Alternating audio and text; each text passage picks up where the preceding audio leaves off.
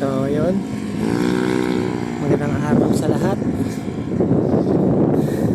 Cyclist Rider 28.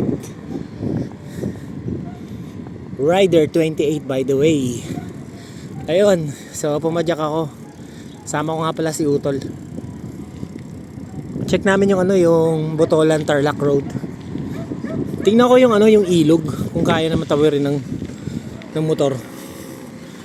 Kung kayang tawirin ng motor, ayos na. Pwede na dumaan dyan pa Tarlac. Dadaan ka ng Kapas dyan eh.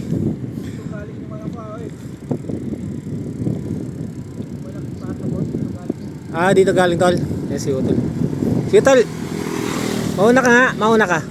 Mauna ka tol, mauna ka. Mauna ka, mauna ka. Mauna ka. Mauna ka, mauna. Yan si Utol. Yun. So inaaya ko si Utol. Padya kami papuntang doon sa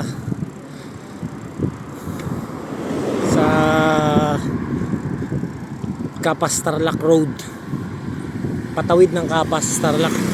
Kahapon nasa Tarlac ako. Doon sa San Jose nagpunta ako ng monasteryo di Tarlac. Tapos may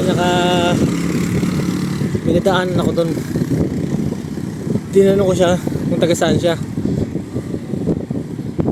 Hindi raw siya taga Tarlac, taga Sambales siya. So yun. Kaya ibig sabihin tumatawid na sila ng bundok. Kaso yun talagang yun eh, katutubo kasi yun eh. Natanong ako eh, talagang literal na nasa bundok nakatira yun. Kakayan tumawid yun. Kulong-kulong yung dala niya eh. Hello.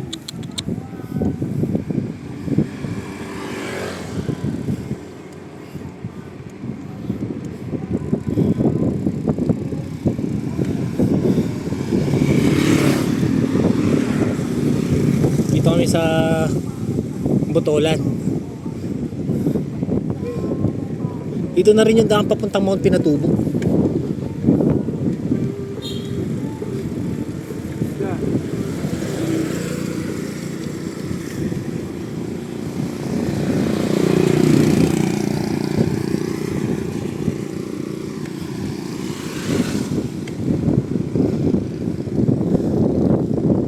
May campsite din dito eh. Madadaanan natin mamaya. Presko dito guys. Sarap manirahan sa mga ganitong lugar.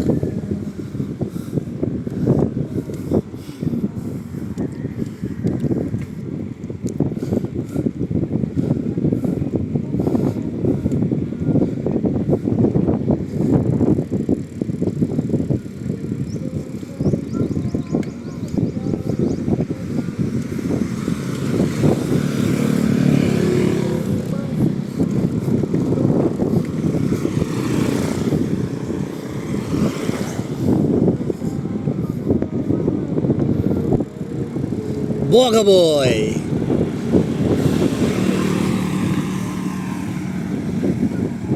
Boga man.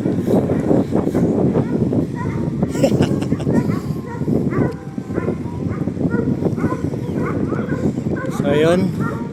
Ano bang barangay na tayo? Barangay San Juan, Botolan, Sambales.